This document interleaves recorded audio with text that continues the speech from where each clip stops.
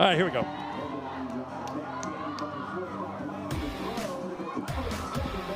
Spectacular summer day, Bristol, Connecticut. We're ready for our first elimination game in the New England region here at Breen Field.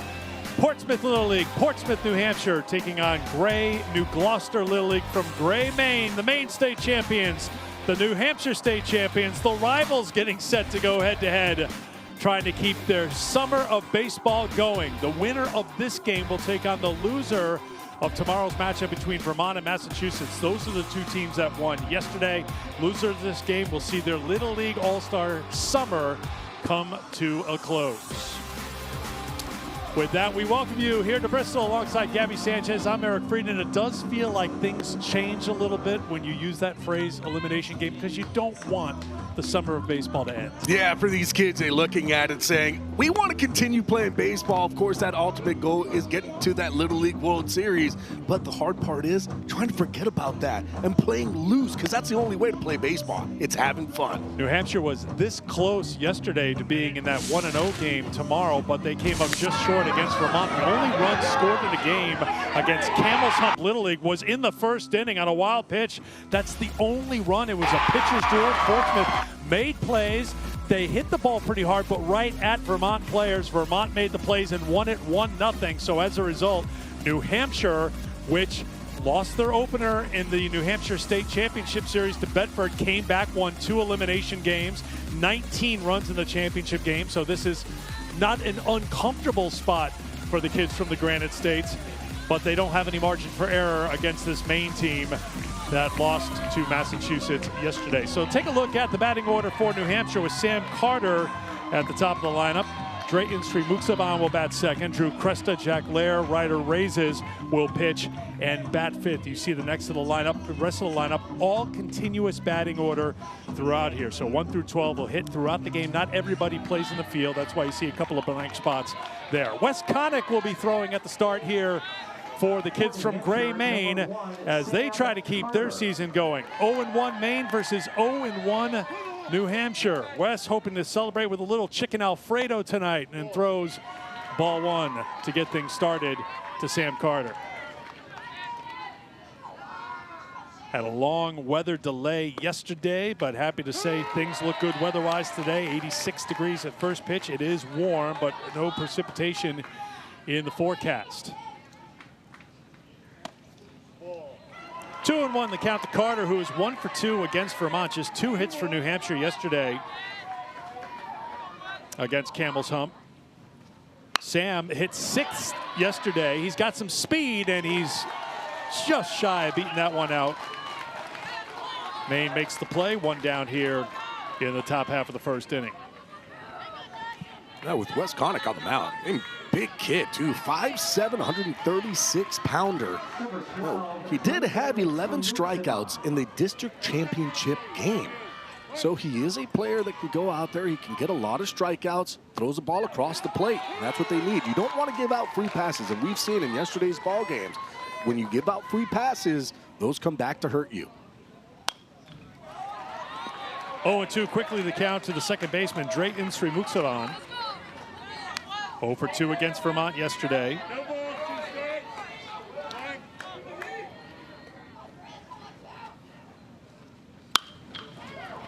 Into foul ground.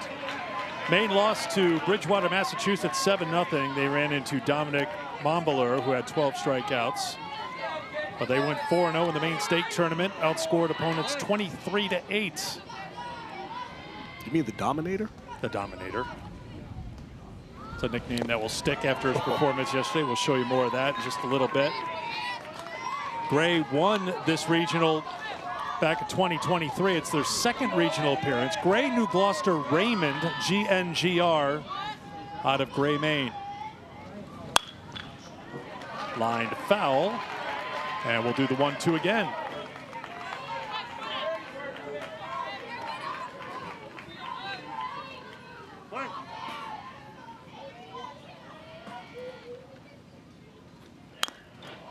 Foul tip off the glove of Elliot Sesniak, the catcher. Good battle by Srimuksavan. I think he'd be just fine if you want to go Dre today. Dre? By the way. I think he's fine with that too. Little squibber foul. He's fine working along at bat here, trying to drive up that pitch count for Westconic. That's one of the things that I've been proud of as a baseball player. Watching these kids work counts. Going up there, fouling off tough pitches, making that pitch count go up. As a hitter, love that. If I was a pitcher, it would be something different.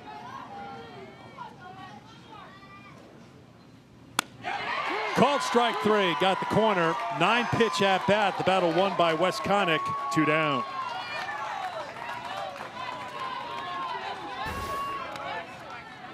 That's a beautiful pitch by Westconic. Fastball right on that outside corner. Just freezes Dre.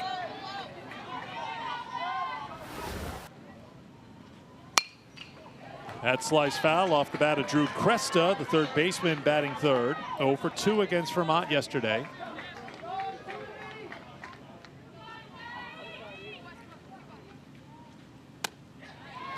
Oh and 2.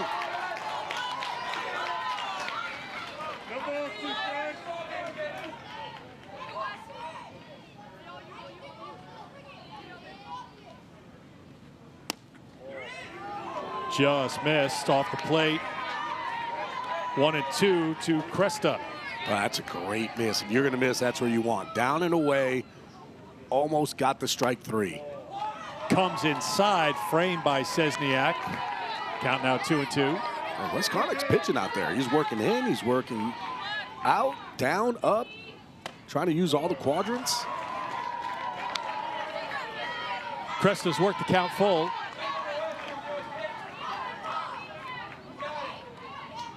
3-2 with 2 down. And it's a 2-out walk to Drew Cresta. He's aboard for the first time here in the New England region.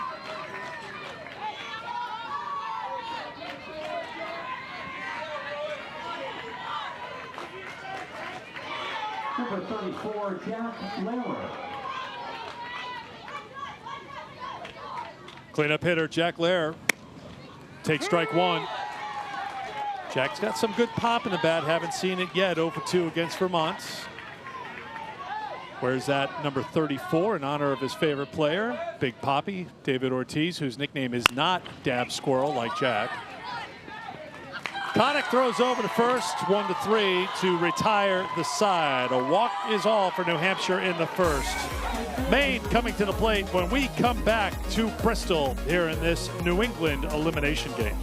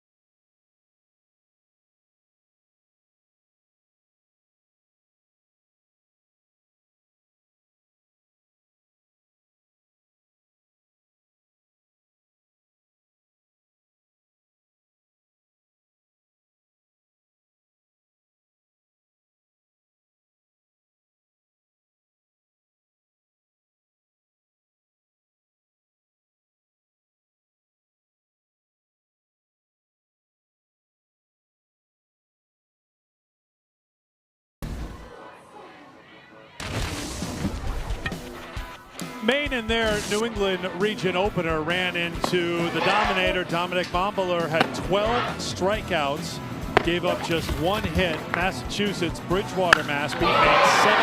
Mombuller also did that at the plate. Woo. That ball's still going. My goodness. 7-0 was the final. Don't pitch to the Dominator. 7-12-0 for Mass, 0-1-0 for Maine. So Maine trying to bounce back today in this elimination game, taking on New Hampshire. John Hanley will lead things off with Max Stewart, Wes Connick, Drew Clark, Elliot Szczesniak, Bo Mergen, Parker Welch, Ali Bovair, Max Ryu, Jackson Burns, Pierce McCarthy, Jackson Pacanza, Mikey Burnett. I went 1 through 13 because they do bat 13. Most teams do 12. Here in this region, we've seen one team with 11. This is a Maine team that has been on a run until they ran into the Dominator yesterday, 4-0 in the state tournament. That 6-2 win over Saco in Augusta to put away the state title.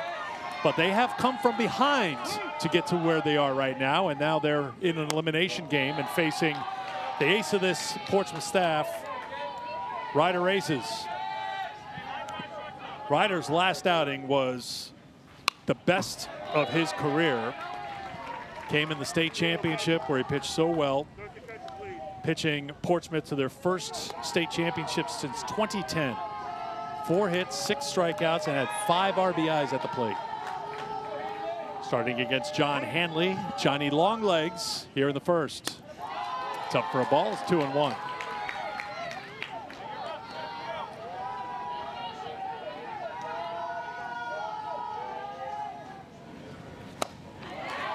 Two and 2. One of the fun things too in these elimination games, all of a sudden both these teams are throwing guys who are probably the best pitchers on their team. So understanding that this is, of course, that must win. And there is good depth for New Hampshire. Bennett Smith pitched yesterday, 4 1/3, 1 run, 3 hits, 65 pitches. Drew Cresta came on, didn't give up a hit in his 2/3 of an inning of work. So these all-star teams are going to have multiple arms, but I think Portsmouth feels pretty good with who they have on the mound right now in this elimination game. The hope for Portsmouth would have been they would have played in that game tomorrow morning in a matchup of 1-0 teams.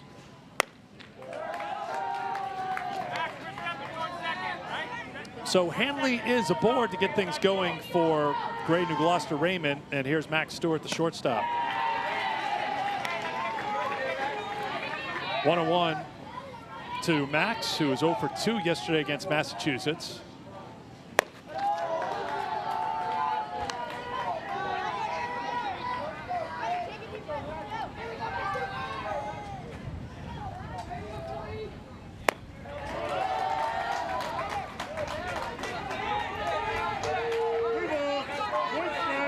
Maine with an eye on today and going forward. Used 4 pitchers yesterday. Jackson Burns got the start. He went 2 1/3 through 62 pitches. Big cut by Stewart, and it's 3-2.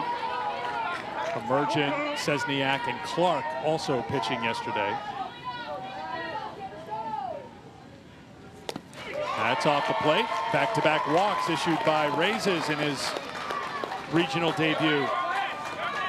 Yeah, we talked about it too. Walks, that's what really is going to hurt, especially when you have a big boy coming up in West Connick. Number 18, Wes Connick. This is when you have to just settle in, take a deep breath, not let the pressure get to you. Tough for a kid. There's a strike, 0-1. And that's what you have to do, just pound that strike zone.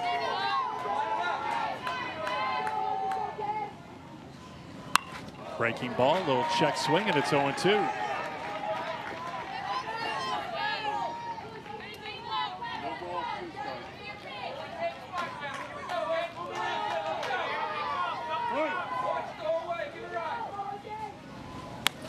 Off the glove of the catcher, the runners trying to advance. Now they're both caught off the bag and probably could have advanced since the ball was thrown away, but just being cautious with nobody out, they retreat. Hanley to second, Stewart to first. Yeah, Sam Carter, he went back to get that ball, and it just looked like he didn't set his feet to throw. Lucky for them, though, but runners did not advance. Sent out to right field, getting down for a base hit. Runners had to hold, but it gets by the right fielder. Smith has to track it down. Hanley sent home. He'll score 1-0 Maine in the first.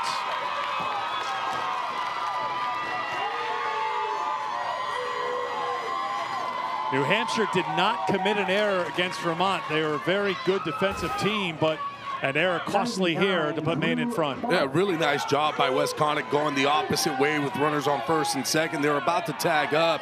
And for me, all it was with Bennett Smith is he just lifted his head just a slight smidge.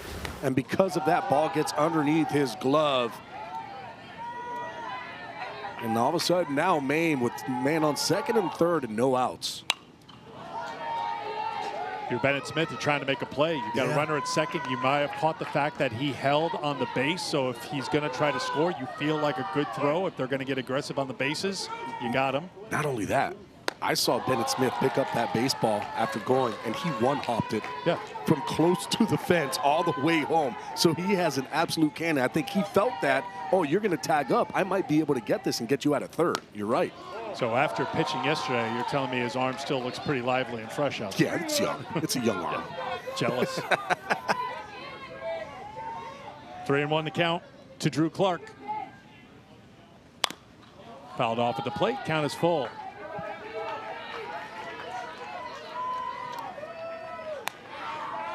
Nobody out, a run in. 21 pitches thrown so far by Raises. That's the total that Connick threw in the top half of the first for Maine. So he's working here. And it's another walk. Third of the inning, and the bases are loaded with nobody out.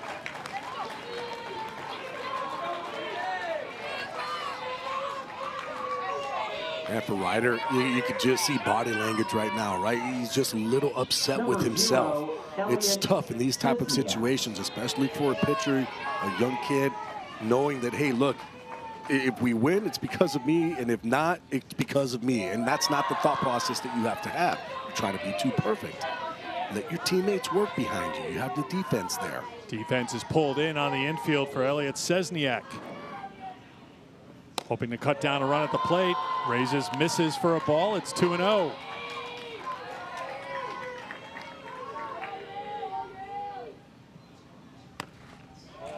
Ball 3.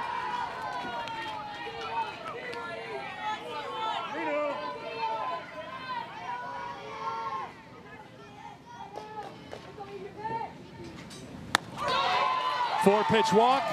Run scores for Maine. Took a second for Max Stewart to realize it. Now he'll come home with the second run for Gray.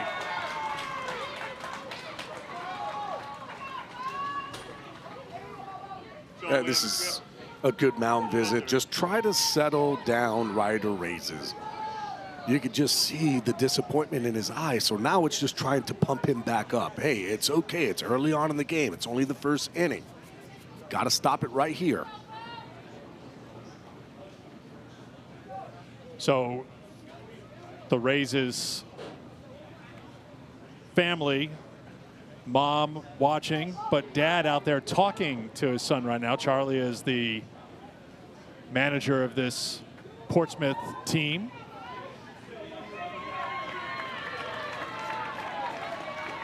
They gave him an extra moment just to try to settle things down for Ryder. Number 13, Bo Emergent. Bo Emergent will come to the plate, trying to break things open for Maine here in the first. There's a strike. I don't know if Jenna, the mom, will exhale in the stands. But she did right there on that one. That's the strike. Oh, okay, good. Let's go. Just looks like Ryder's trying to be too perfect. Yeah. Right? He's aiming rather than throwing that baseball. A lot of times that's what you tell, especially even in the big leagues. Hey, you can't aim. You got to get up there and throw that ball. Play catch with your catcher. So tough because you can ask him or just tell him, go back to that time in Game 3 against Bedford in the New Hampshire State Tournament where you pitched your best game ever. Tap into that, but it's hard to do. It's hard. You're feeling the pressure. You're feeling the moment. You want that positive, right? You want that positive, but sometimes it's tough when you're in this situation. You've walked four guys, given up a hit. A couple runs are on there. You're looking back, and you have bases loaded with no outs. It's really tough to try to get that positive mindset. They'll walk in another run. Fifth walk of the inning.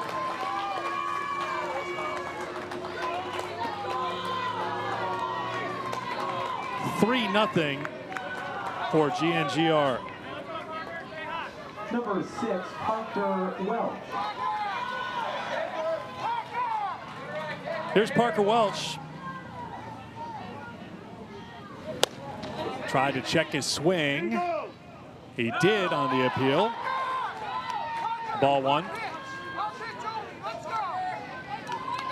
Parker had the only hit Saturday for Maine against Massachusetts. He puts one in play. Force play at the plate is going to be in time. Big out there for Portsmouth as Raises comes home to Carter for out number 1. That's really nice for raises there.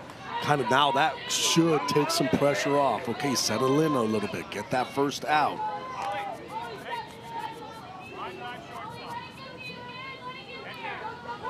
You know, we saw Jenna, mom in the stands. Jenna was an All-American pitcher in softball at Memphis. So she's in the Hall of Fame. She's been in the arena now, just trying to wish and hope, and probably feeling a little helpless with her son on the mound, but she knows how it feels too. She's been in those situations. She knows the sport. Little bloop back behind shortstop, but with the infield in, it's going to drop in for a base hit. They had a chance for the force at second, but just couldn't convert in time, and Maine continues to add on to their lead here in the first, 4-0. Ollie Bovair just putting the ball in play. Good things are going to happen. Ball perfectly placed. Out in left field. Gets himself an RBI. Another run scores for Maine.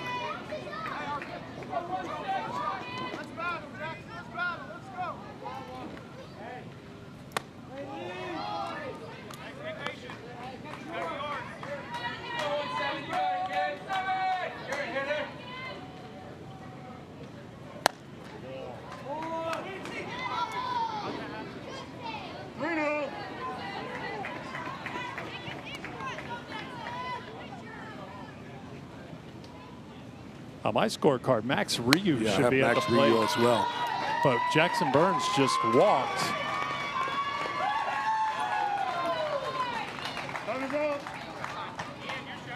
Time's being called here by the Portsmouth manager, Charlie Raises.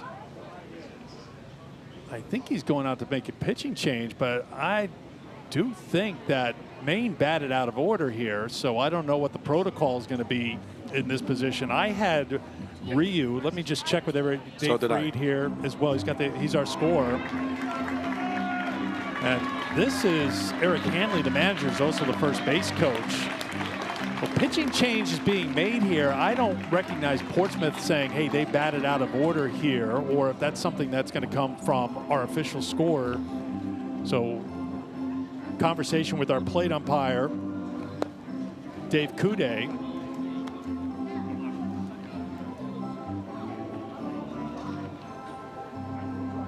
So Ryu is on the on-deck circle. Burns is down at first, and the relief pitcher is coming on. So I guess no harm, no foul for hitting out of order here, according to ours, unless they change their lineup with the plate umpire at the start of the game, which could have happened. Could have happened. Paperwork that we have, and the folks here at Little League are amazing. We get lineups the night before, and there could have been a change. So we're waiting word on that, but that's why we're pausing here, because we had Ryu.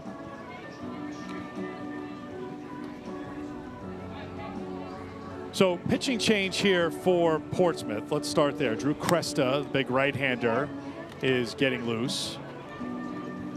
And Ryu's going to come to the plate. So it just looks like a flip of those two, perhaps. That's what That's why I bring an eraser and I work in pencil. I do not. I work in pen. We good, Doc? But it's fine. We'll be okay. We'll make it work. So Burns is down at first. The batter for Maine is number 8, Max Ryu. Bovair's at second. And here is Ryu, who takes a strike. And for Drew Cresta on the mound, his favorite MLB player, Aroldis Chapman. He's going to need to get a little bit of Chapman in here with bases loaded. Little closer mentality here in the first inning, perhaps, just to shut the door right now. It's a 5-0 game. This is hit well to right center field. It's getting down for a base hit. Gets past Coakley. Here's one run. Here's another run. And it's all Maine here in the first inning. They're on top 7-0.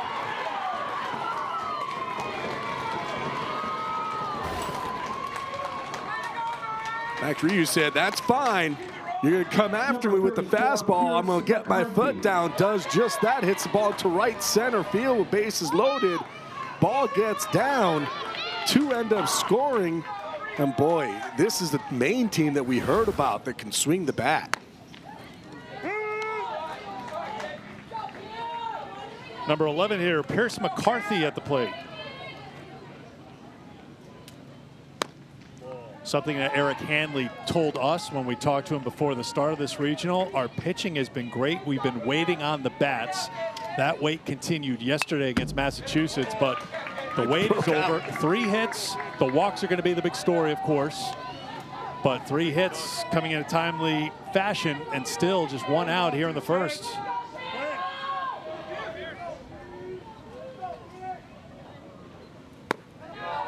There goes the runner. They throw through down to second. Here comes the runner towards the plate. A double steal, and they've got another run. Burns delayed to see the throw go through. Broke for the plate, and he scores the 8th run for Maine. Just continuing the pressure in this first inning. First and third, you have the double steal. Ryu goes out there. Burns ends up coming in to score. Called strike 3. McCarthy is retired by Cresta. 2 down.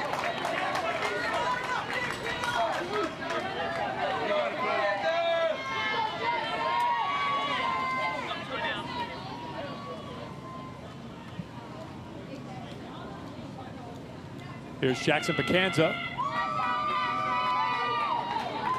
And now a conversation. I wonder if this goes back to the batting order piece.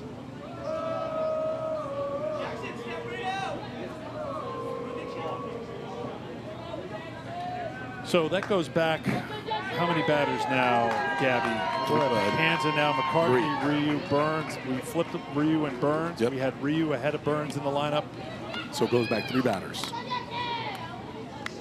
Because you have the strikeout, base hit, and walk. Now, again, I can go through the rule book here. We'll wait for clarification. They're talking, the umpire crew's talking with official score downstairs. I seem to remember a time back in my assistant coaching coaching right days, away. keeping the book. You got to do it with that batter right there. Yeah. Or is it too late after that batter is already, you've moved on to the next spot in the batting order? I'm in the same boat as you. I remember when we were playing, it was if you didn't say it at that point, it was done. You had to do it right away. Now, I remember keeping the book because I used pencil, first of all. So I was designated scorekeeper following the other team. And if somebody was in the wrong, you just say right that time they batted out of order. I think back in the time, batters out. So, but things may have changed a little bit, frankly, and I don't know for sure, but they're trying to work it out. I would just hope we get some sort of clarification. The umpires are having a conversation right now, 2 of the crew members.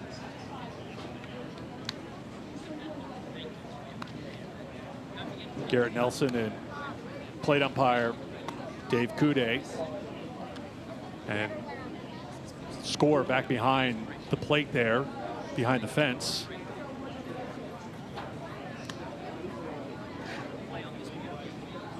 Obviously, it wasn't something called in real time from back there. Does it have to be called by the opposing team is the question. Now, we saw the manager from Maine come down when it happened and talk to the plate umpire. And I can only guess it's like, well, we had guys, we flipped it at the plate or something. But I we hate had it guessing, wrong in but there. that's all we can do right now. Right, that's all we can do. Yeah. But we did see they did come down to talk.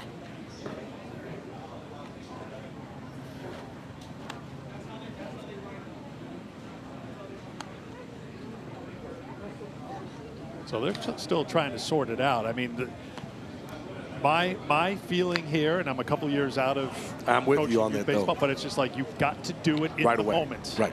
You got to do it right away. If you don't do it in the moment, that's what I've always been told. That's what I learned. If you don't do it in the moment. Think about it. You can't go back and say, hey, I request a video review for that play 2 plays ago or something along those lines. I mean, I just feel like It took too long. Yeah. They had to grab it in the moment, I think. So, and I think at that moment too, with all the walks, the thought process was to take out the pitcher, and I think that took the thought process away. Understood completely. Well, right. Things were spinning quickly there. Yep. But you are right. Usually you have somebody there that's looking at it. Wait a minute, that's not the right guy. Go ahead and say something.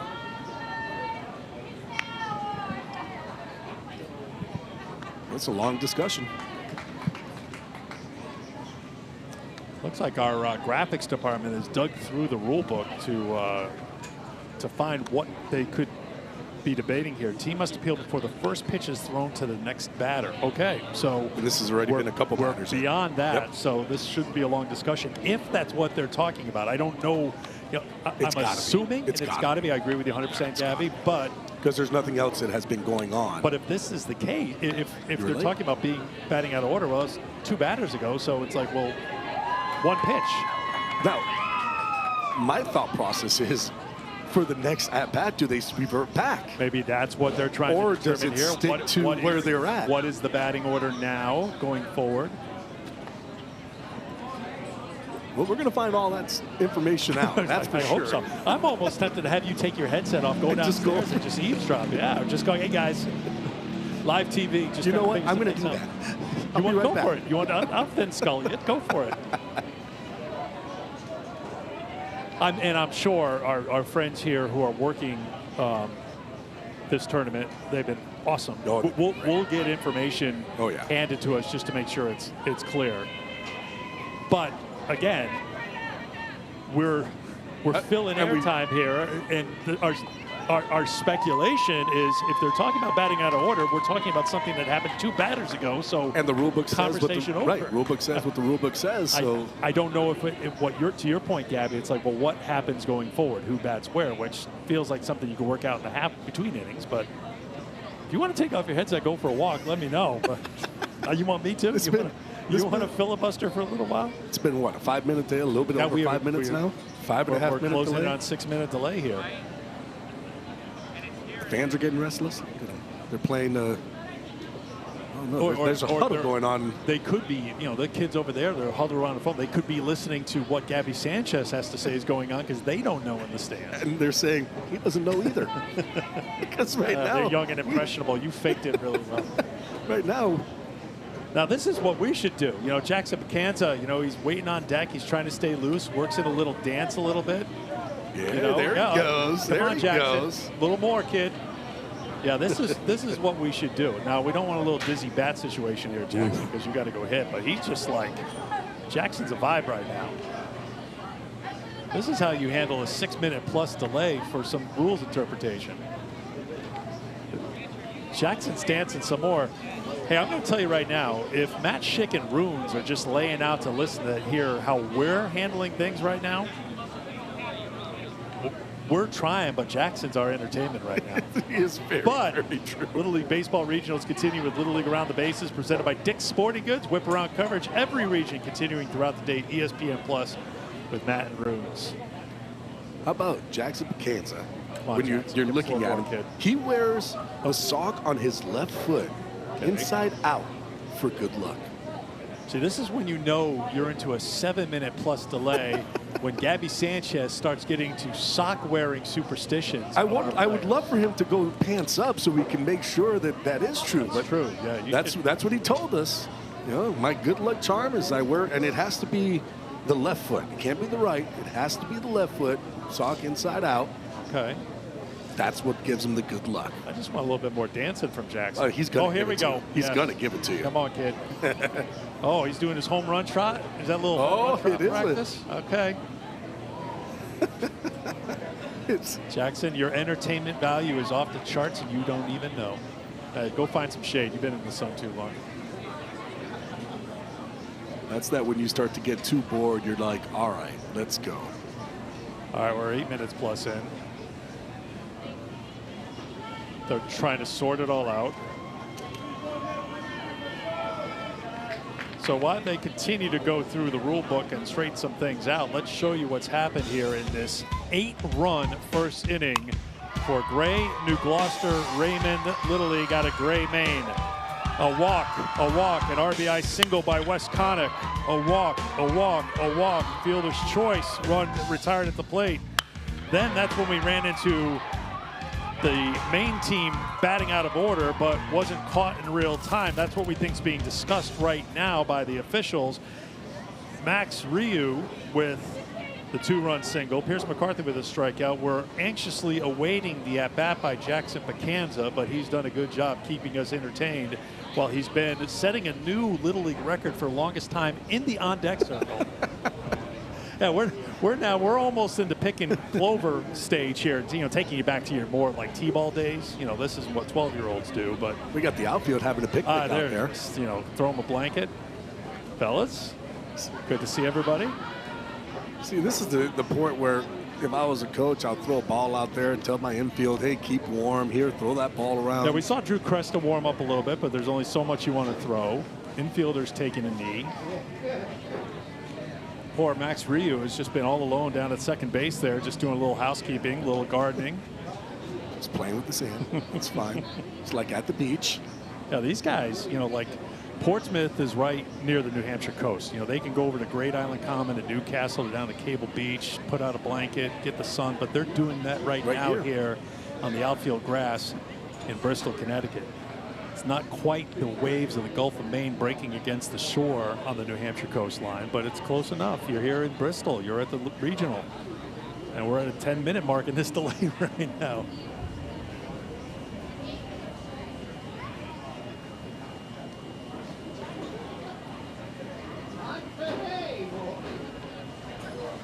We're trying to get we got rock, paper, scissors going here. Are you doing rock, paper, or scissors? Here we go. Rock. Let's You're go. going rock, I'm going paper. Rock. Oh, scissors. Ooh, I would have lost. Paper covers rock. Oh, now you two go. Scissors, paper covered rock. Oh, paper is dominating right now. Throw a scissor. Oh. He's the winner. We're all winners right now. We are all winners. We're watching rock, paper, scissors in the outfield. We're watching Jackson Pacanza put on a show, waiting to hit.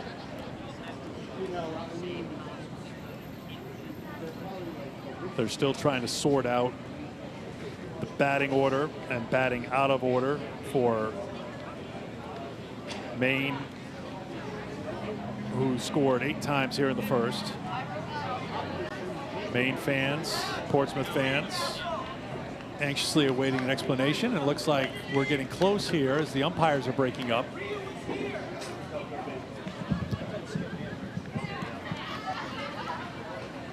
Well, looks like we got action. Yeah, but do we have an explanation? There probably is. Eric Handley is getting an explanation. He is the manager and first base coach. Again, in real time, it looked like he was there talking to the plate umpire about when it happened, the players hitting out of order, and then we just kept going. You know, maybe it's something that the opposing team had to bring to the attention of the umpires. Maybe they said, okay, if they don't say anything, we play on. But obviously, they found something here in the batting order. Right now, there's 2 outs on the board.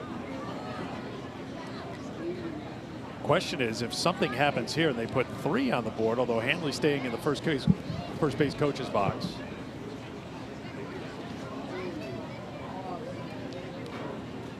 And we're back to discussion. Well, because here's the other thing, too, because if there was technically 2 improper batters, right? Because they flip-flopped. So with Ryu coming up, they still pitched to McCarthy, though, and he ended up striking out. So it's still not even in the rule book. If they would have come at least at that point and said, hey, hold on a second. According to my scorebook, it was the 9 and 10 batters that batted out of order. McCarthy, Pacanza, and Mikey Burnett are still batting in the proper order. Right. Okay. So they waited after McCarthy to come say something before Pacanza was coming up. But if they would have done it at least before McCarthy, then they probably would have been fine, because you had, you had 2 different guys batting out of order technically. This is interesting. Gabby, let's talk about your playing career. Start at the beginning. Do we have to go back for me not making it to this point in the Little League? Because I have a feeling at this rate, we're going to be able to go from your T-ball days all the way through your minor league, Little League days. I was a catcher in T-ball. I had the gear on that was about 5 sizes too big. Cute pictures now, though. Then you went to, we had machine pitch instead of coach pitch. You grew up where? In Miami. In Miami. So you realize, why am I wearing catcher's gear in Miami, Florida? That is not Well, my dad was a catcher. Yeah, I know. So you follow your dad's footsteps, so I wanted to be a catcher as well. then you realize, Dad, why did you do this? Well, now we got a full meeting. We've got the entire Portsmouth team with Max Ryu. And Max is just going to kind of like lean in and try to listen into the conversation. Who says Maine and New Hampshire can't get along? Oh, Max is setting down, like, you know, his zone where he can stand. Just draw a circle around that base.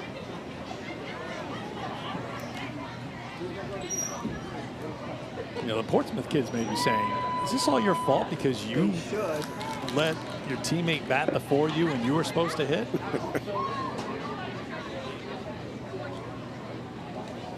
Got to check with the truck. What's our, we're at 14 minutes for this, what we believe to be batting out of order delay. They're still trying to work through. We had an hour and 15-minute weather delay yesterday. Now we're playing hoops out on the infield.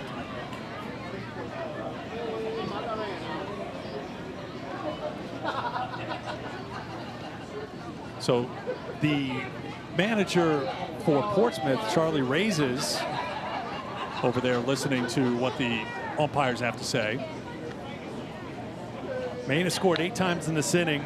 We were in real time tracking the fact that Max Ryu was in the batting order ahead of his teammate Jackson Burns. Burns walked, and then Ryu came to the plate. Well, maybe we've got a resolution here as players are going to their positions. Plate umpires coming over to talk things over. Gabby has definitely had enough, so he took off the headset to try to get an explanation from someone, which I truly appreciate because we're still trying to figure it all out. You know, the big question now would be, does Maine continue to bat here, or are they saying that's the end of the inning because they found some part of the rule book that says you have batted out of order and you can still get called for it?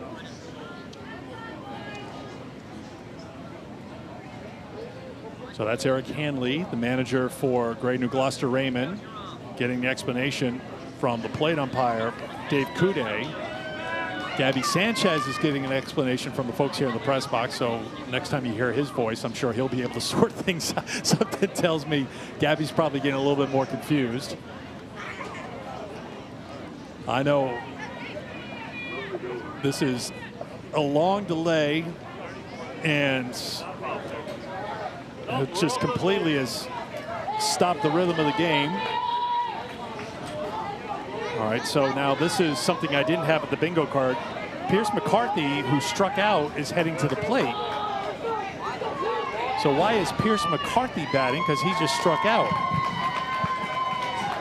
All right, Gabby's back. Do you have an explanation, or are you more confused? I predicted you're more confused. Way more confused. I knew it. Saw that one a mile away. I don't know what. Give us. I think there is an out. So there is an out somewhere.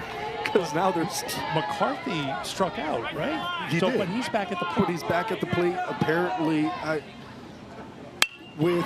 he sends one out to right field. That's going to get down for a base hit. They're going to send the run. Now he's going to hit the brakes, and retreating to third is I don't Ryu. even know what to put on my scorecard anymore. So what was the other out?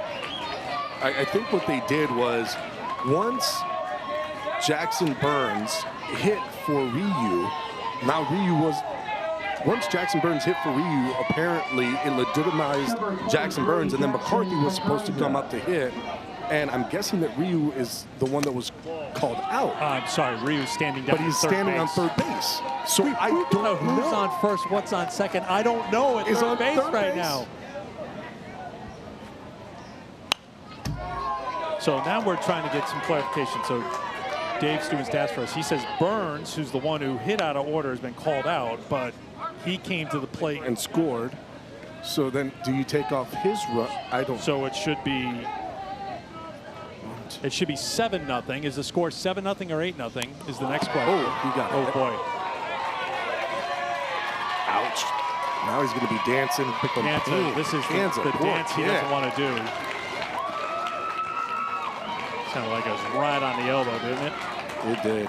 He's in pain. So if they're calling Burns out, the score should be 7-0. I apologize. I'm doing all I can here to try to sort through this, and I really had hoped that when you went to get answers, you'd have some, but you have more questions. I have a lot more questions. Because I couldn't stay there long enough to talk because all of a sudden we were starting. Yeah, I got you. We'll do it in between. I got you. Once we get back, we'll be able to get it through. I know our score says 8-0, but if they're saying Burns, they've got 2 outs on the board. So if you're saying Burns is the second out, Burns should not have reached base and scored, or I don't know. We'll figure it out between the half inning. Right now the score is 8-0. There's 2 outs, and here is the 13th batter of the inning for Maine.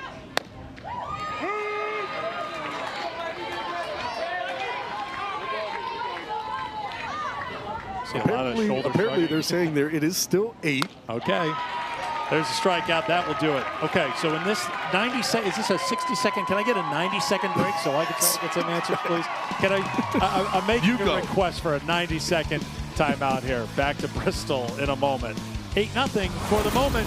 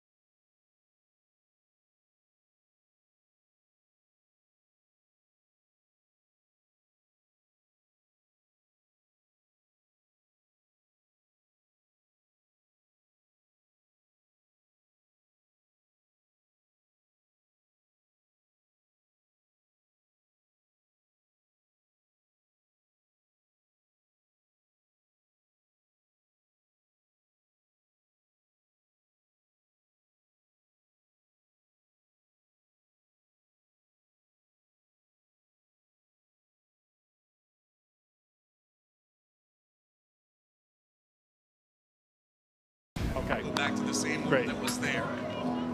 In real time, our Little League folks are taking care of us. Thank you, gentlemen. So I think we got the answer here.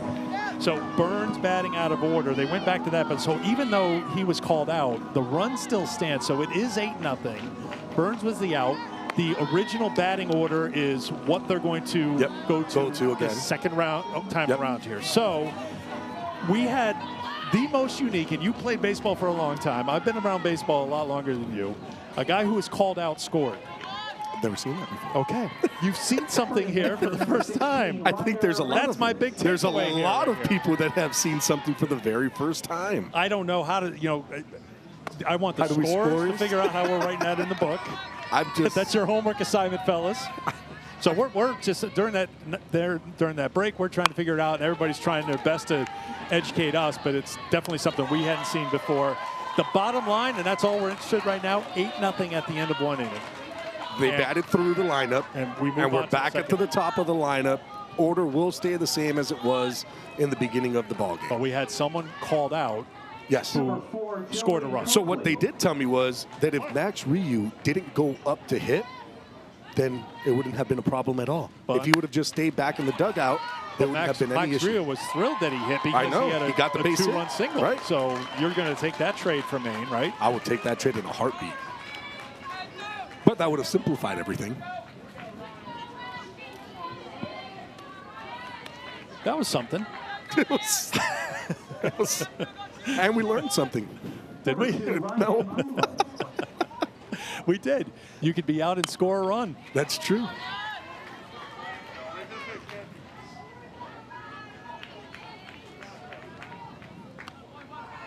So I guess the big takeaway, too, was Portsmouth was still in a position to say that Maine was batting out of order because the piece you mentioned, if they just skipped Ryu, things would have been okay. They would have been fine. But, But the odd one was McCarthy going back to the plate after he had struck out. Then he gets a single. Pierce may have been the happiest guy here in this ballpark. You know, go from struck out looking to a single.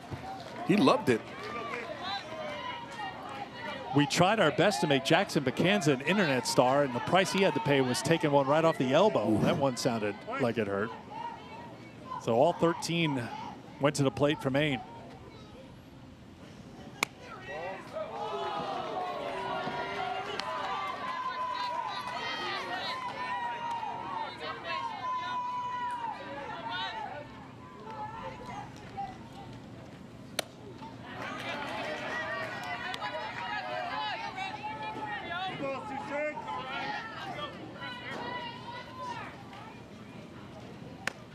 Inside for a ball. 3-2 the count now to Ryan Poulin.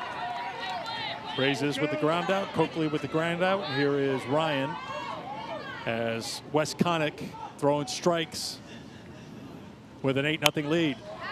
Fouled out of play.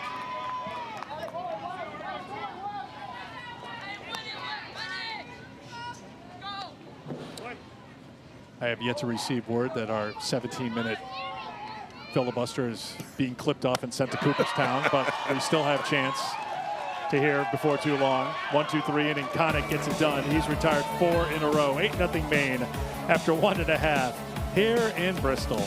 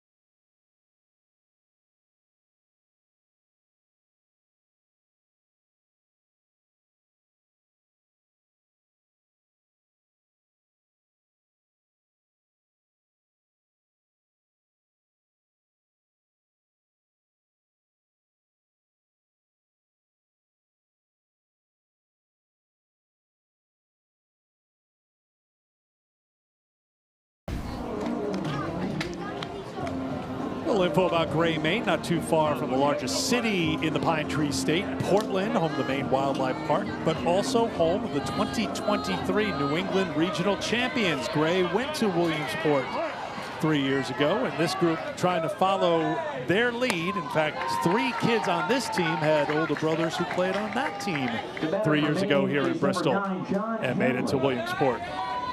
Looking good for Gray, Maine right now, an 8-0 lead as they bat in the bottom half of the second inning. John Hanley, who walked and scored the first run for Gray last inning, will lead things off.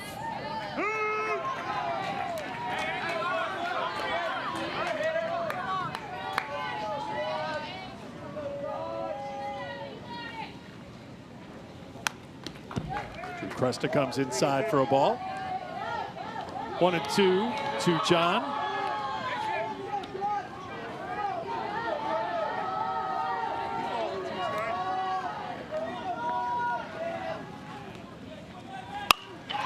That's into the gap, but moving over quickly, getting a great jump on it is Bennett Smith to put it away for out number 1 here in the second. I'll tell you what, Bennett Smith got there quickly. Read that ball really well off the bat. Quick first step move. This ball well struck, but you can see real quick first move, getting over, making the play. Boy, he made that look easy. Strike 1 to Max Stewart, who walked in the first. Now I have to go back through and see what was the walk total in that first inning. Since 6, I believe. Was a walk taken away because of the out, or was the walk stand, but he's still called out? We are asking some questions that may not be able to be answered. I would think it's still 6 and a hit by pitch. Presta gets the strikeout. Stewart retired, 2 down. 6 walks in that first inning. And a hit by 18, pitch. Wes Connick. Loud hit by pitch. So 7 free passes in that first inning. Oh, heads up. Fouled off a strike 1 to the pitcher, Wes Connick, who singled in a run and scored in the first.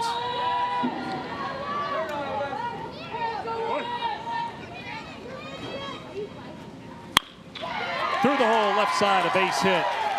Wes has his second hit of the day and of the regional.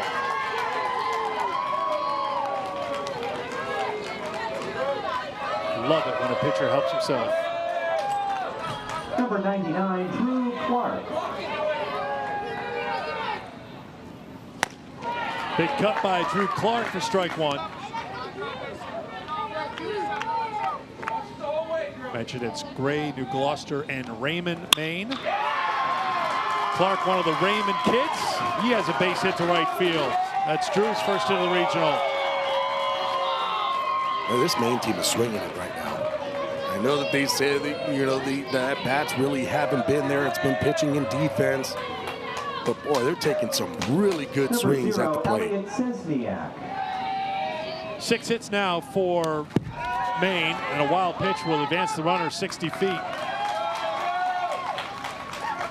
Connick over the third, Clark to second.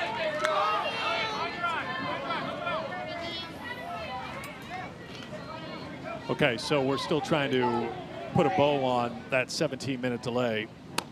Defense didn't correctly appeal the first batter. Come back to it just so we can see what else Gabby got right. As soon as the pitch is thrown, it legalizes the batter. Looks like the legal department got a hold of our graphics operator. So in this case, there was 2 batters that batted out of order, and that was the reason. So that's where I said that if all of a sudden Ryu would have just been like, just stayed in the dugout, there wouldn't have been this issue. They would have just gone through the order, and it would have just been rolling regularly.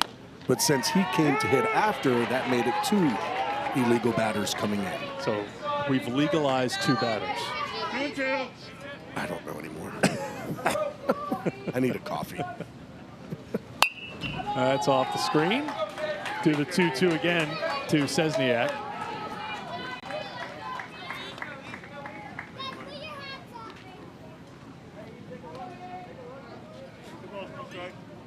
Oh, if you think about it, after all that, it didn't impact Maine. They still scored 8 runs. Not like they took any runs off the board, because a guy who was out still was allowed to score in Burns. They put 8 on the board. And Ryu ends up getting the base hit with 2 RBIs. Right. That's a wild one, but it's going to come off the backstop pretty quickly to Sam Carter. So Connick will stay put at third.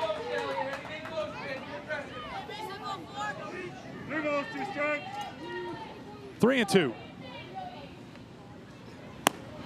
Bases loaded with 2 down here in the second. Another walk worked by Maine.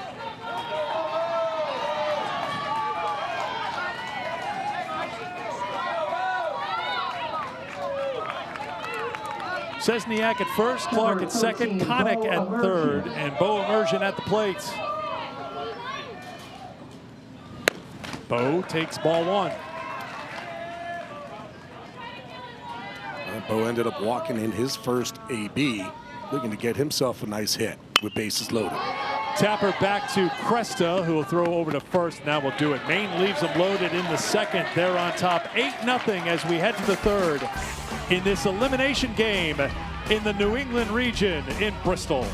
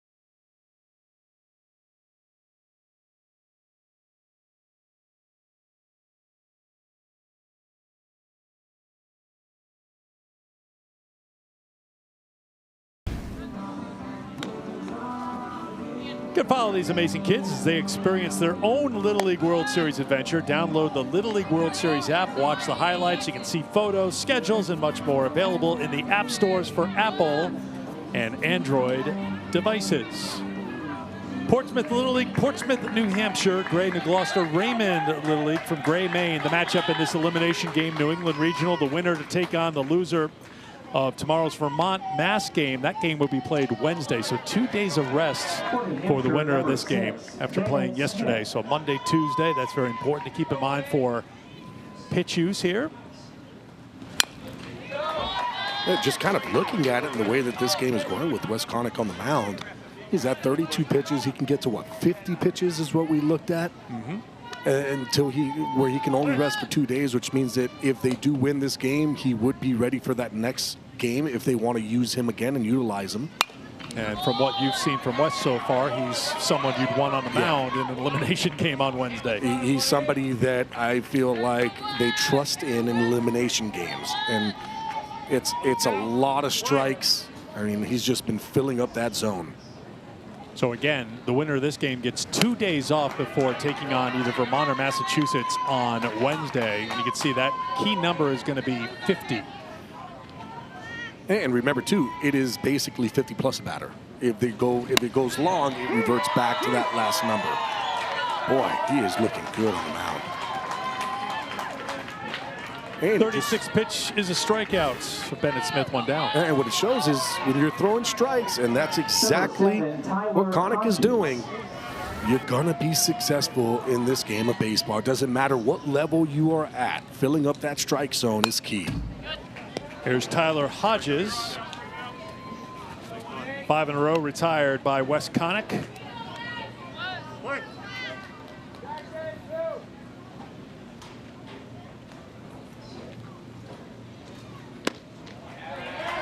Oh, and 2. Connick's doing what you tell all young pitchers to do. Your team just gave you an 8-run lead. You go out there and just throw strikes. If they put it in play, no problem. And it's not easy to do. I've seen big league guys, I've seen college guys where all of a sudden it's an 8-0, 7-0 lead, and they go up there and it's walk, it's ball, and then all of a sudden you start to get the defense on their heels, balls get through. So it's still not easy to do, to get up there. But boy, I tell you what, Wes Connick is doing a great job of just filling up that zone. Foul ball by Hodges, a Yankees fan who lives right in the heart of Red Sox Nation. Yeah, Aaron Judge is his favorite player.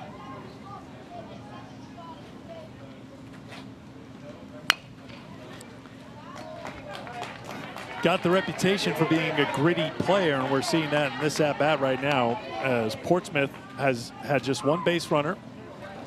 That was a walk to Drew Cresta with 2 outs in the first. Hodges trying to get on base at the very least. He's making Connick throw some pitches. Good at-bat for Tyler Hodges.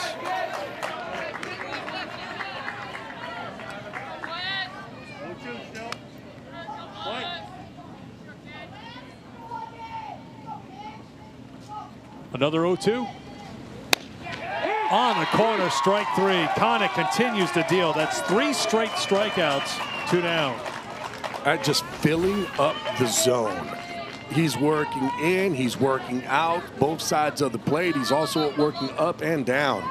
And I'll tell you this, though, when you are a pitcher and you all of a sudden just continue to get that zone and in the zone, guess what happens with the umpire? You end up throwing a couple pitches, maybe a couple balls off, and he's going to give it to you because he's just used to saying that's a strike. He just continues to throw strike 1. Fournier at the plate. Gabe, the first baseman, 0 for 1 against Vermont yesterday. And there's the first base hit for New Hampshire in this elimination game. It comes off the bat of Gabe Fournier, the lone 11-year-old on this team.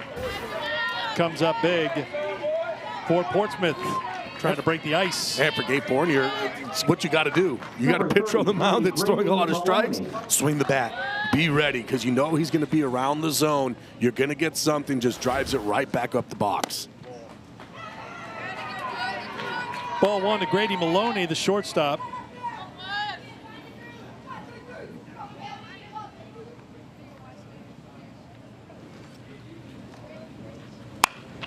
in on the hands, and a good job by Connick reaching back, an awkward play, but he got it to retire the side.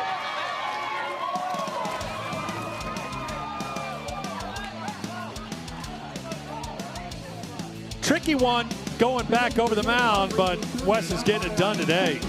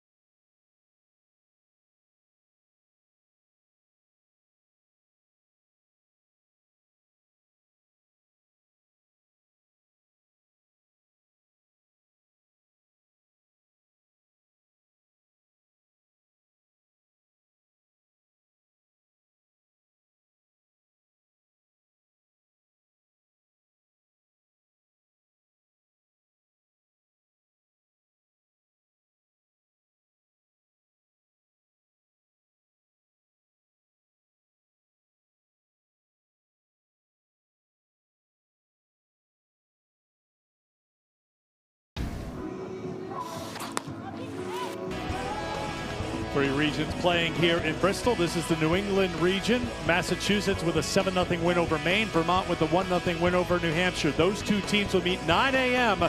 tomorrow morning on ESPN here at Breen Field. The loser of that game tomorrow morning will take on the winner of this game Wednesday, 1 o'clock Eastern time on ESPN. And right now it's all Maine as they lead 8-0. They come to the plate here in the bottom half of the third inning.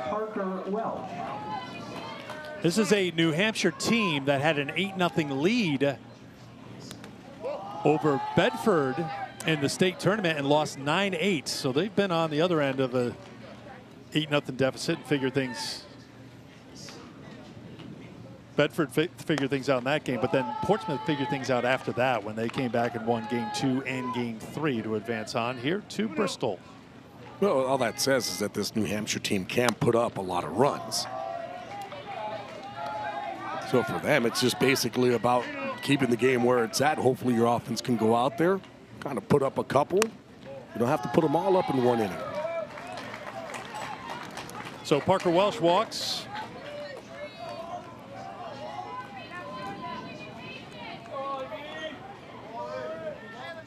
So here's Ali Bovair.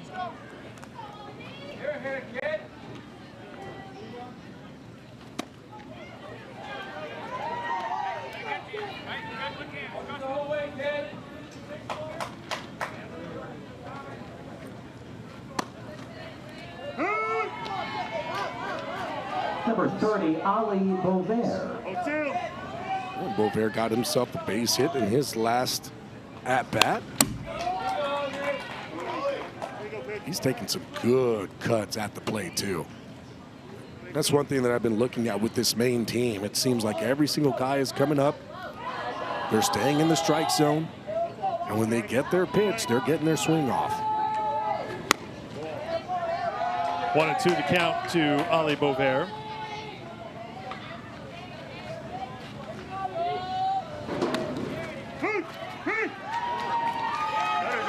Strikeout for Cresta. One down here in the third. Now this is where we're going to see. Is it Ryu now? Too soon. Too soon. They're coming to talk right now, and they're like, wait, so does Ryu bat? Do we stay with the same one? No, Ryu has to bat. Now you got to go back to the same batting order that you had to start the ball game. Oh, man.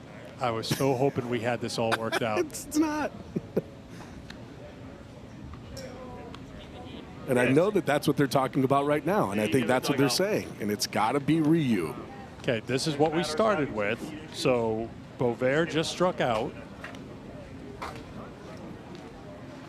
Burns jumped in front of Ryu. And that's where we got to our issue. Oh, I wonder. No, wait, they're putting Burns back out there? No, right? It's got to be Ryu. You know what? I wonder, though, here, I can see Christine Weaving, our athletic trainer, moving to the dugout to give some attention to a player there. So I wonder if there's an injured Well, I would have to think it's Picanza, right, when he got hit in the elbow. But wait, Burns is hitting. Number 17, Jackson Burns. So Ryu's not must feeling have an injury or something going on right now. So they're skipping Ryu in the batting order, in this continuous batting order. So there's no penalty to that. Burns puts it into play. Throw down the second's going to be in time for the force as Welsh is retired. So I did get word that Ryu is not feeling well. Okay. And that is why they came in and they ended up skipping his at-bat. Okay. You have literally been our intrepid reporter up here today. And for that, I thank you. It's about looking around and seeing what's going on. Sometimes we got to use people around us to help us out. Using your context clues here today. Well done, Gabby. Well done. So this should be Pierce McCarthy, and it is. It is. You know, like I started sweating. Like a snap sweat. Like, oh no, here we go again. McCarthy with a fly ball to center fielder. And Coakley's got it, and that will do it for Maine in the third. We think we're going to the fourth inning. Yes, following our clues, we're going to the fourth in an 8-0 game.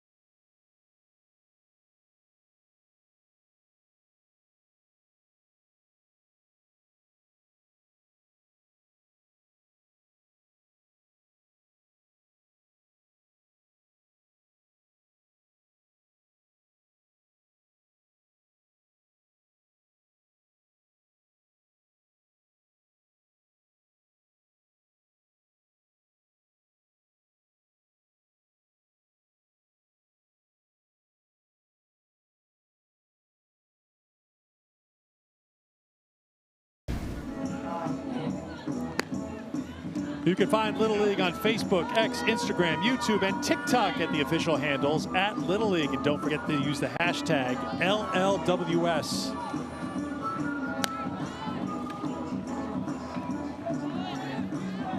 Warm day here in Bristol, Connecticut. Sun shining, temps in the 80s as we get set for the fourth inning. Couple changes defensively that we're trying to sort out. We'll get to you in a moment.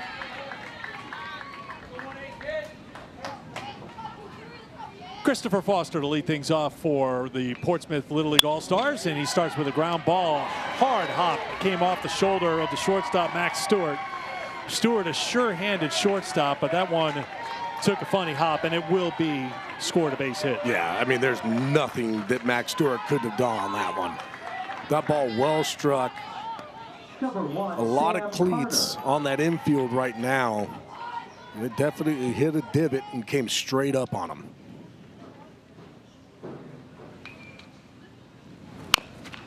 Carter turns it over on the right side. Ooh, Clark tries to get aggressive with the throw, a little too aggressive, trying to get the lead runner, and everyone's safe. Yeah, you're right at that. When you look at the scoreboard, it's an 8-0 ball game. Got to get that out. I understand and I like it, trying to be aggressive on there, but I guarantee that the coaching staff is telling them, just get that ball and step on first.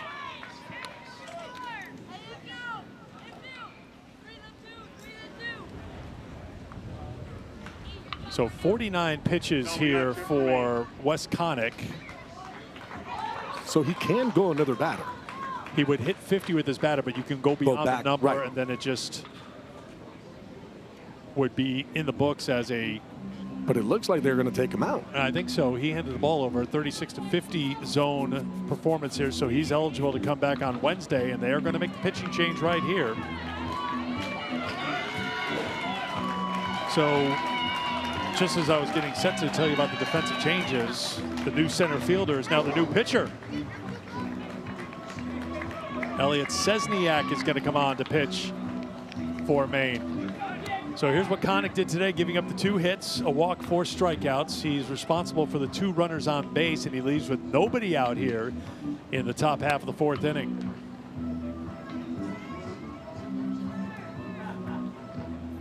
And Szczesniak will come on. Maine, number 0, Elliot Szczesniak.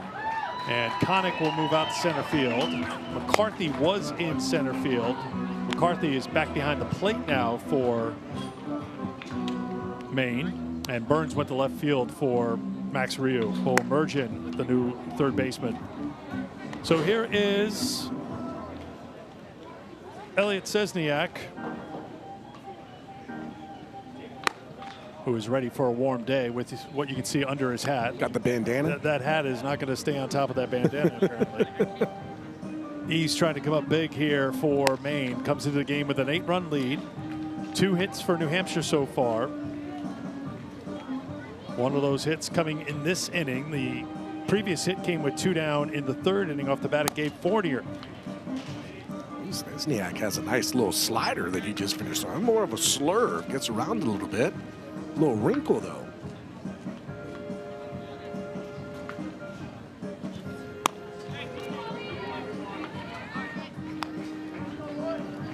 Big inning in this game was the first inning for Maine. They scored 8 runs. 6 walks were a big part of the reason why for Maine putting up all these runs.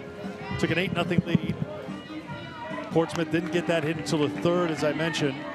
And in this elimination game, Gray jumped out early, and in that 8-run first inning, there was a 17-minute delay for a rules review that, in the end, did not cost Maine any runs.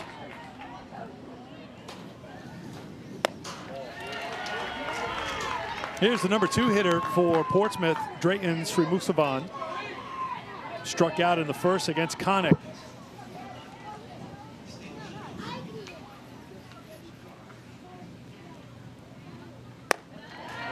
It's up for a ball, 2-0.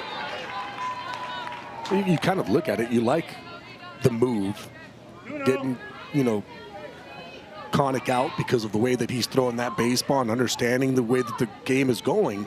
But the other thing that you do have to look at is that this New Hampshire team, they can swing the bat. Couple runs here, all of a sudden gets that momentum going.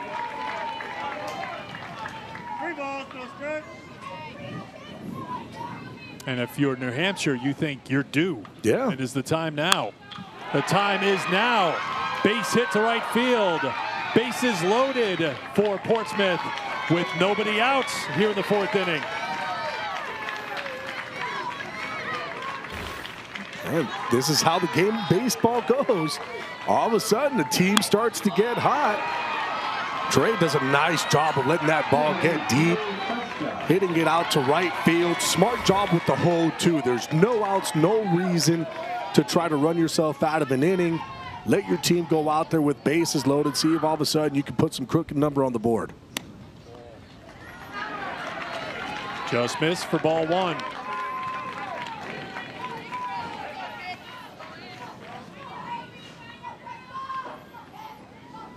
Drew Cresta walked his first time, puts a charge in this one, hit well to center field, and it's off the fence on the fly. 1 run is in, a 2nd run is scored. 2 runs on the board for New Hampshire. Here comes Portsmouth. Drew Cresta with a 2-run double to make it 8-2.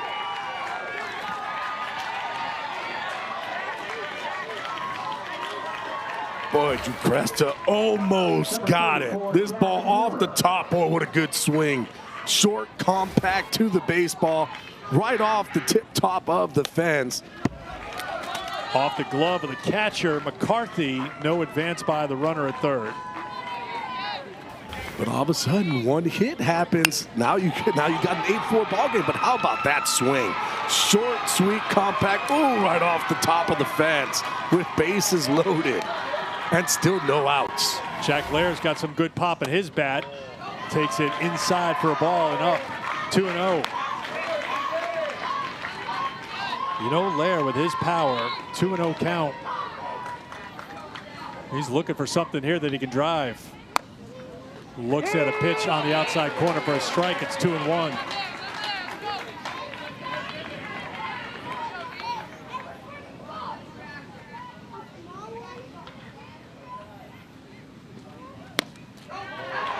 Ball 3-1. Right now, if you're Lair, you got to look for your pitch. Look for that fastball, something that you can drive. Slow roller left side, coming to the plate, looking for the tag and the out in time. Stewart's aggressive, charging it through on the run and got the out. Just looking at that with Dre at third base, it didn't go right away. And usually if you're going to go, you go right away. But you see that slight hesitation. And because of that slight hesitation, he was about a step and a half away from being safe at home. This is lifted out to shallow right center field. He'll get down for a base hit. Cresta scores. Heading over to third is Lair. Raises comes up with an RBI single, and New Hampshire's got another run. It's 8-3.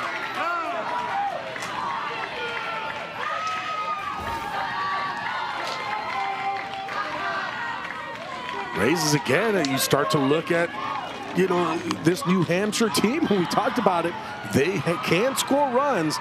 They're a team that can hit. They're averaging about 10 runs a game, so for them, this is nothing. They can easily come back, and all of a sudden, we talked about it too, momentum shift. You had Wes Connick out there. He was dealing a lot of strikes, getting the outs, and all of a sudden, things can change very quickly in the game of baseball. Mike Emergent, assistant coach, handles most of the mound visits for Maine. Here's Joey Coakley, grounded the pitcher his first time. Coakley yesterday hit the ball on the nose in the 6th inning to deep left field against Vermont, but it was right at the left fielder. So he's had good contact here in Bristol, looking for his first hit, 0 for 3. Raises took second, so second and third.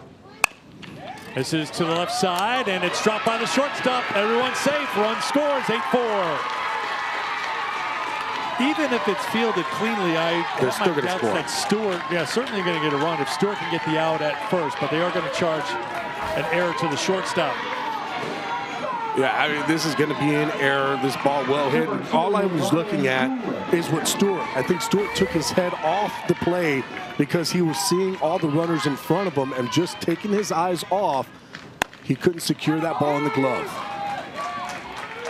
Coakley takes off for second. Raises at third.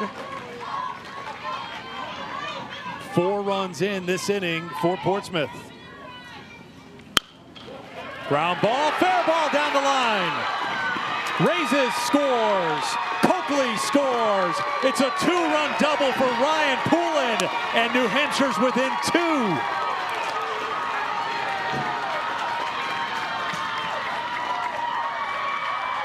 And all of a sudden, we talked about momentum shifts. Well, guess what? It seems like it has shifted towards that New Hampshire side. This ball well struck down that third base line.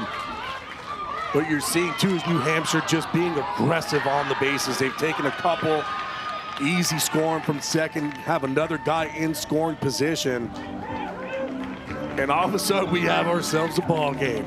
Second visit for Maine this inning. Eric Hanley goes to the mound this time. That means pitching change here for Maine. They'll have their third pitcher of this inning.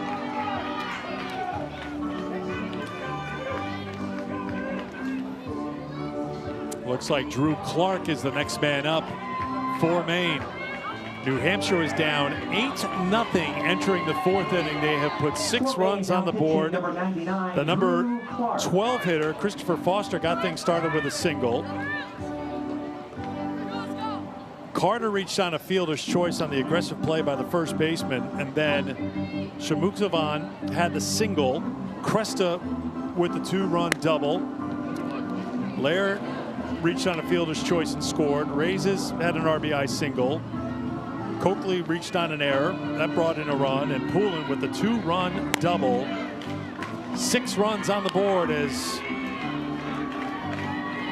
Drew Clark gets loose. Now, we were told on Friday by Charlie Raises, Clark had not pitched yet in the postseason, but he's someone who throws really hard, and he told us expect to see him. Well, here he comes in a big spot here in this elimination game. Yeah, I guarantee you that, Maine probably didn't think that they were going to have to use him, especially after that first inning.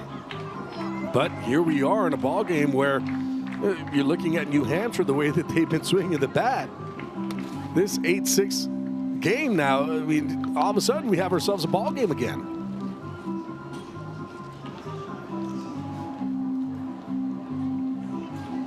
They certainly do believe on the Portsmouth side right now. After not much was happening in the first 3 innings, it's all been happening here in the fourth inning with 6 runs.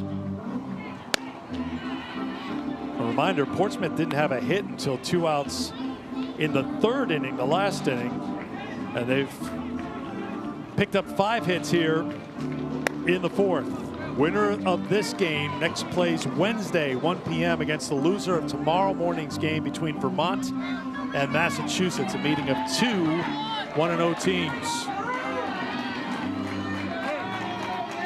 We've got a tight elimination game here in Bristol. Smith at the plate, takes ball 1. Bennett struck out, and now a throw down the third in time. Wow. Poulin retired at third. McCarthy behind the plate. 2 down.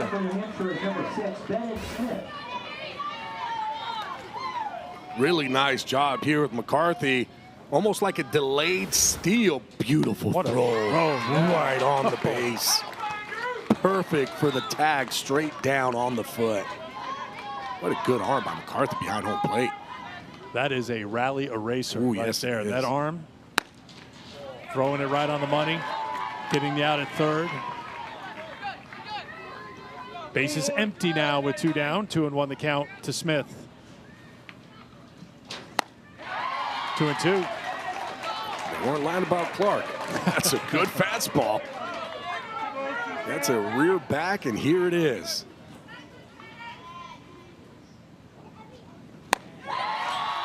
Rare back, and here it is again, and you can't hit it. And he comes off the mound, pumped up. Drew Clark in a big spot gets a great play from his battery mate, McCarthy, with the throw to third, and then Clark the strikeout, 8-6 after 3.5 in Bristol.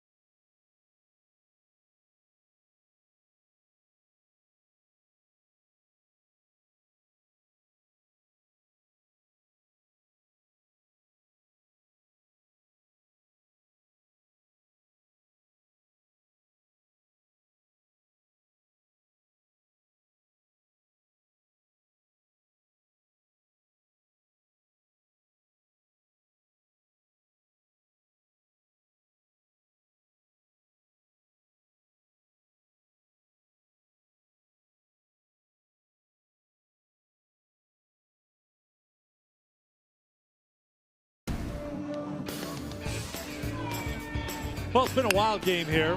We've seen what we believe to be a first with an out that led to the guy who was out scoring a run. Well, you had to be there.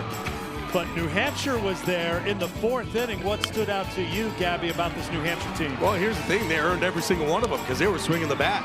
They were getting their base hits. And not only that, being aggressive on the bases. Even down the way that they were, didn't matter. Being aggressive, getting themselves into scoring position, pushing the envelope. Love to see that with the team, and it paid off.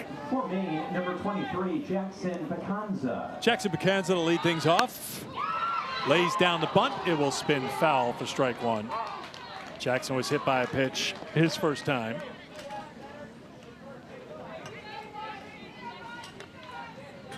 (12, 13, and 1 for Maine here in the 4th after New Hampshire has hit their way back into this ball game. 1-1. And for right now, Maine, it's almost like you have to have that answer back.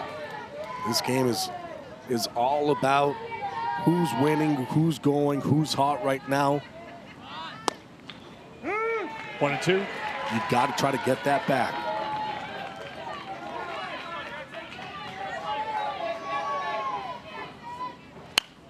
Popped up on the infield. Called for by Sramuksavan. Drayton puts it away for out number 1.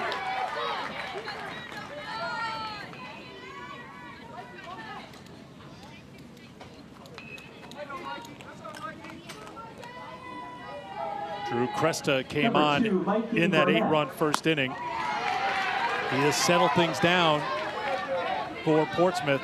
Maine's runs all came in that first inning. Cresta was in a little bit of a jam in the 2nd, but Maine left the bases loaded. That is going to fall down into foul territory.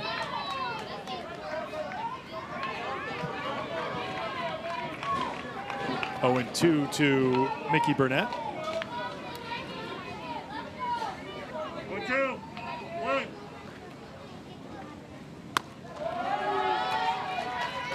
One and 2.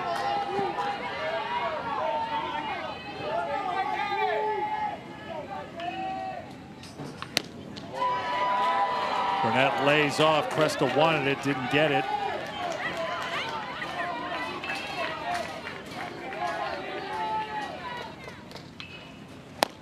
Gets him here though. Strikeout, 2 down. That's strikeout number 4 for Drew Cresta. And Drew Cresta throwing the ball extremely well. That was a good fastball. Mikey Burnett swinging the back. Just a little, you could just see everything is just kind of pulling off. It's a good swing. But Drew Cresta ends up getting the strikeout. Now you start to look at it where you talk about momentum. This New Hampshire team, they're throwing up some zeros. Top of the order for Maine, John Hanley, who's 0 for 1 with a walk and a run scored with a 1-1 count. 1-1. Ball 2.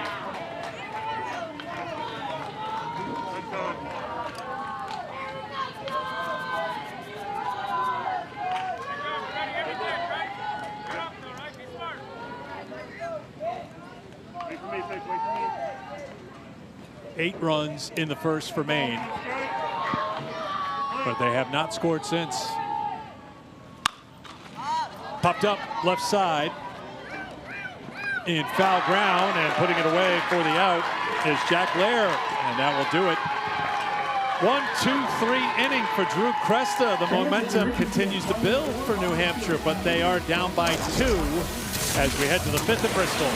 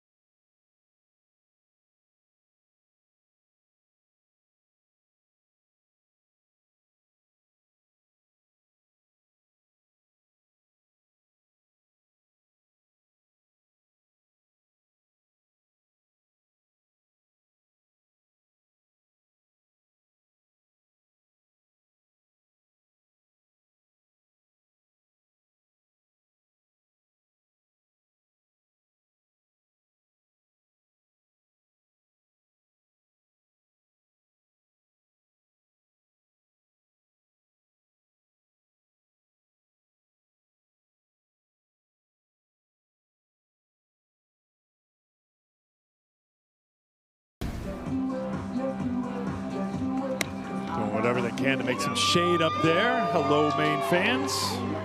Gray, New Gloucester, Raymond on top of Portsmouth Little League from Portsmouth, New Hampshire, 8-6, 8 runs in the first for Maine, 6 in the fourth for New Hampshire. You see some of the individual standouts for Portsmouth, and Gray Maine gets the 17-minute delay in their little bullet point box because they were at the plate.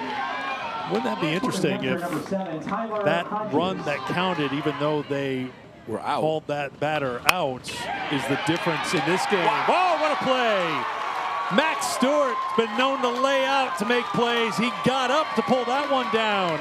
Web gem for Max, one away. Wow, what a nice play. I thought that ball was definitely getting over the head of Max Stewart. Oh, stealing a hit. This is sent down the line and fouled by a couple of steps off the bat of Gabe Fournier, who already has a hit here today.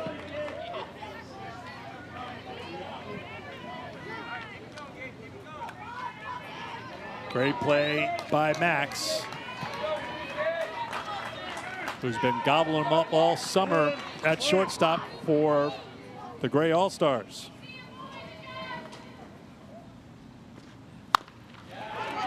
Back to the pitcher. Clark to first, quickly 2 down. It says something coming in, throwing a good fastball, filling up the zone, getting quick outs. Reminder, Eric Hanley told us Friday when we were talking to him about his team, it's like, we haven't pitched him yet, But it's going to happen. when he comes in, don't be surprised, see him throw some gas.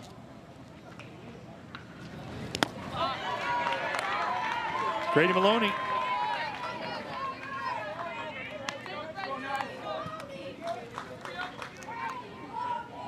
He's technically recorded 4 outs in 9 pitches.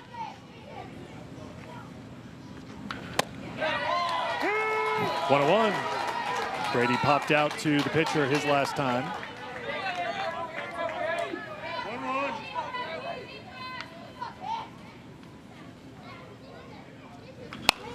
That's out of play. Drew got a big assist from his catcher when he came on last inning. Here's McCarthy. Ooh, what a throw. Caught stealing down at third. That cleared the bases. And then Clark got the strikeout. Now he's looking for his second strikeout.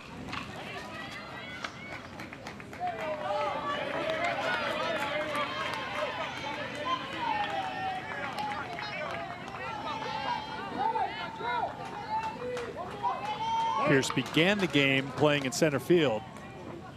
Now back behind the plate. Oh, That's going to leave a mark, but Grady Maloney's not going to let anybody know that. Down to first he goes, hit by a pitch with 2 down. that's how you do it. Get hit by a pitch, say, here we go, we're good to go.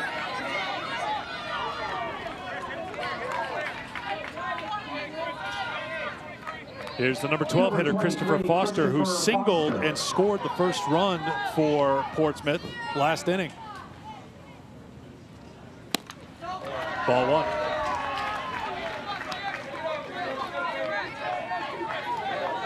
Portsmouth sent 9 to the plate in the fourth to score those 6 runs.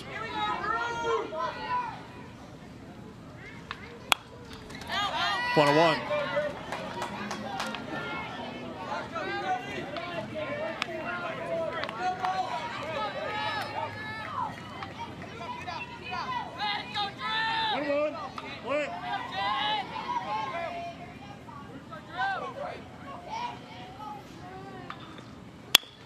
Back up the middle, off the glove of the pitcher, the flip in time.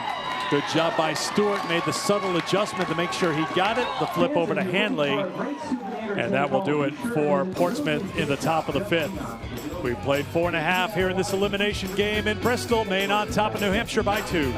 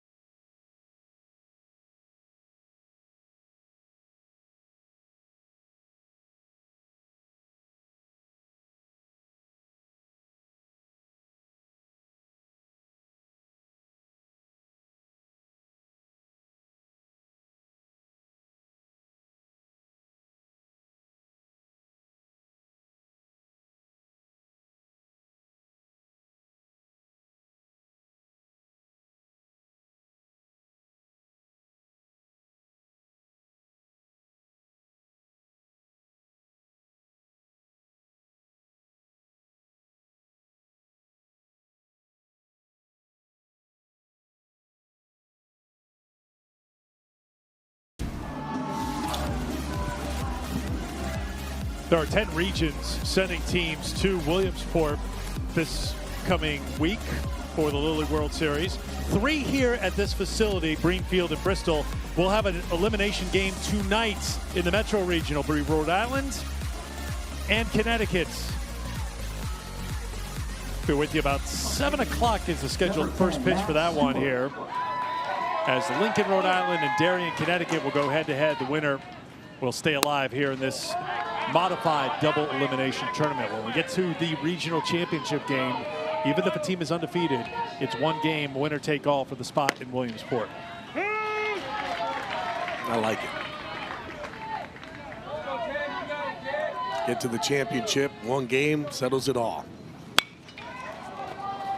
Fouled out of play, 1-2 the count to Max Stewart, who leads things off. Max walked and scored in the first, struck out in the second. 1-2.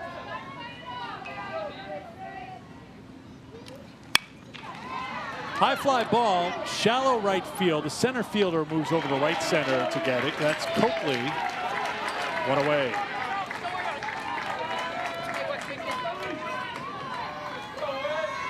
Yeah, right now, your Maine, you're kind of looking at that scoreboard saying, okay, 2-run lead, but you're also looking at a New Hampshire team that was able to put up 6 in 1 inning. So what you're trying to do is maybe add a little bit of insurance runs of your Maine. New Hampshire team that put up 19 total in the final game of the state tournament. And when New Hampshire comes to the plate in the top half of the 6th inning, they'll have the top of the order. 2 balls. No So strike. if you're Maine right now, where you're basically at the top of the lineup as well, you're looking to see if you can do some damage. 2-1 the count to Wes Connick. Wes 2 for 2 today, got the start on the hill, helped himself with a single and a run scored. That brought in a run in the first, singled again in the second. Winner of this game gets 2 days off before playing in another elimination game on Wednesday against the loser of tomorrow morning's game between Vermont and Massachusetts here at Greenfield. 2 balls, 2 9 strikes. a.m. Eastern Time, ESPN tomorrow. Sliced foul and out of play. 2-2 to Connick.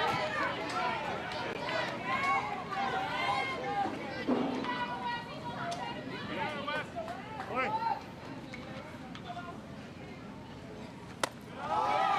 Full count.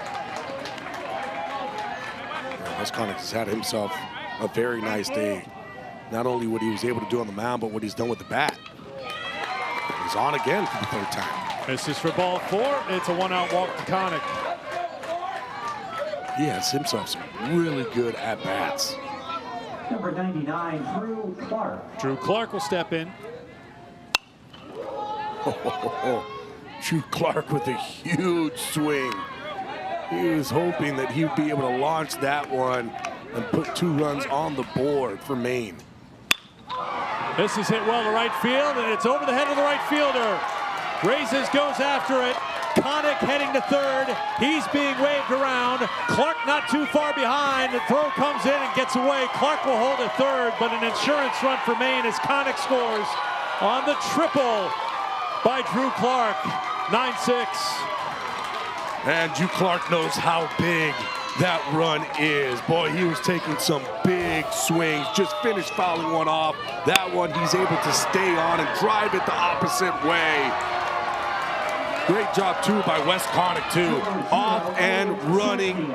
Knew that he needed to score. It was a great send to send him home. He's able to slide in safely. And, boy, Drew Clark is pumped. Maine would love to get that runner at 3rd in as well to give a little bit of a cushion for the 6th inning. Szczesniak at the plate. Takes strike 1. Elliott's walked twice today. 3 times in total in this regional. I'm surprised they're not playing infield in here. That is going to get down into the gap. That will get the run in. Clark scores from 3rd. Szczesniak digging for 2nd. He's in with a stand-up RBI double, and there's a little bit more insurance for Gray. Well, Szczesniak says it doesn't matter if they're playing infield in, because this is what I'm going to do, drive something into the gap. We talked about insurance run. And boy, Maine is coming up big here in the bottom of the fifth. Letting that ball get deep, driving it the opposite way, showing some opposite field power. Ground ball to the shortstop. Maloney waits on it, throws high, and the tag, the ball gets away. Runner is safe at first. Heading over to third is Cesniak. First and third with one out.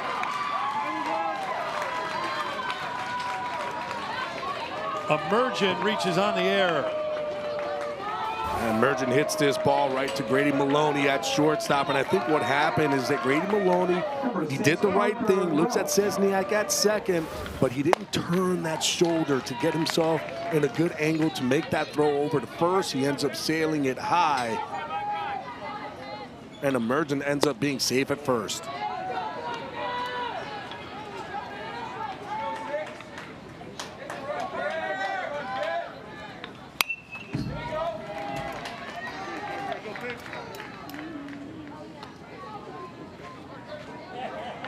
Parker Welch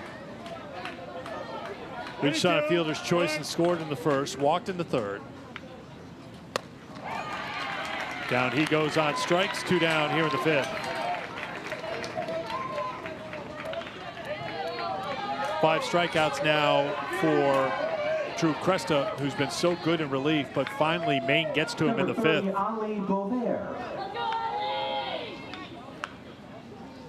That's his 85th pitch. So this will be the last batter that Cresta faces as he's reached the limit. You could go beyond 85 to finish the at-bat. Bovair 1 for 2 with the run scored. Back to Cresta, the flip over to first, and that will do it. But 2 runs come in for Maine. They take a 4-run lead to the 6th inning here in Bristol. Season on the line for Maine and New Hampshire. And Drew Clark comes through in the clutch with the big triple, and Maine's on top heading to the 6th.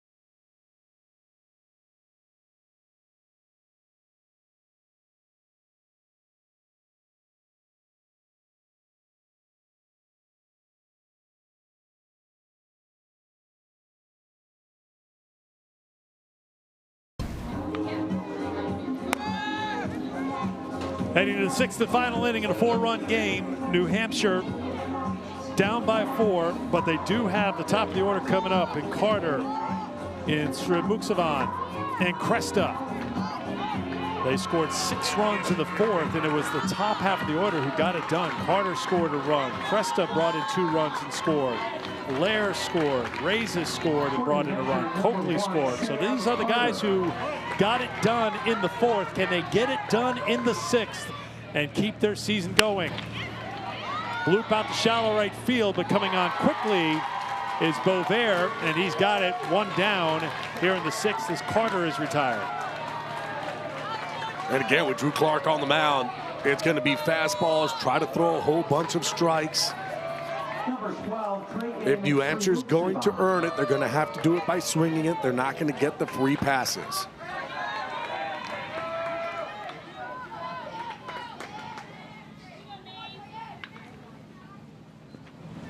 Sremuksavan to deep third. Long throw. Good throw. On target for the out. Bo Immersion showing the arm. 2 down. Short off the cannon. Immersion making a nice play. Backhand down the third base line. I was thinking, I don't know if they're going to be able to get it. What does he do? Here's a cannon of an arm across the infield. My goodness. To the right side, past the dive of Hanley into right field. So Cresta keeps Portsmouth alive here in the 6th. I'll tell you this, Cresta has done everything in his power. He sure has. For this New Hampshire team, what he was able to do on the mound, and not only that, what he's been able to do with the bat. 2 for 2 on the day with a walk, had a double and 2 RBIs. Fouled off by Lair for strike 1.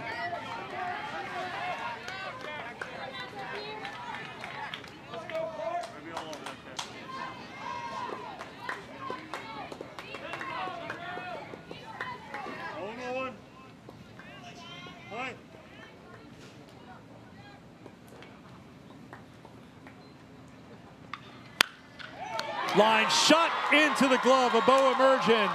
And Maine wins the elimination game. They will play again here in Bristol on Wednesday. Maine able to survive. Started off the game 8-0. New Hampshire, they'll continue to battle back. They put up 6 in the 4th, but Maine ends up putting 2 back up on the 5th. You got to look at it. Drew Clark, boy, he helped this team tremendously on the mound, throwing a bunch of strikes. This was a fantastic game, and Maine survives. Feels like just about everyone had a hand in this one for Gray, New Gloucester, Raymond Little League. They win an elimination game. They will play Wednesday, 1 o'clock Eastern time on ESPN. Their opponent to be determined tomorrow morning. The winner of Vermont and Massachusetts goes to the championship game Thursday night. The loser of that game still alive. They'll play in an elimination game for the first time against a Maine team playing in their 2nd elimination game. So Maine gets a couple of days to rest and reset and get ready for their summer to continue here in Bristol.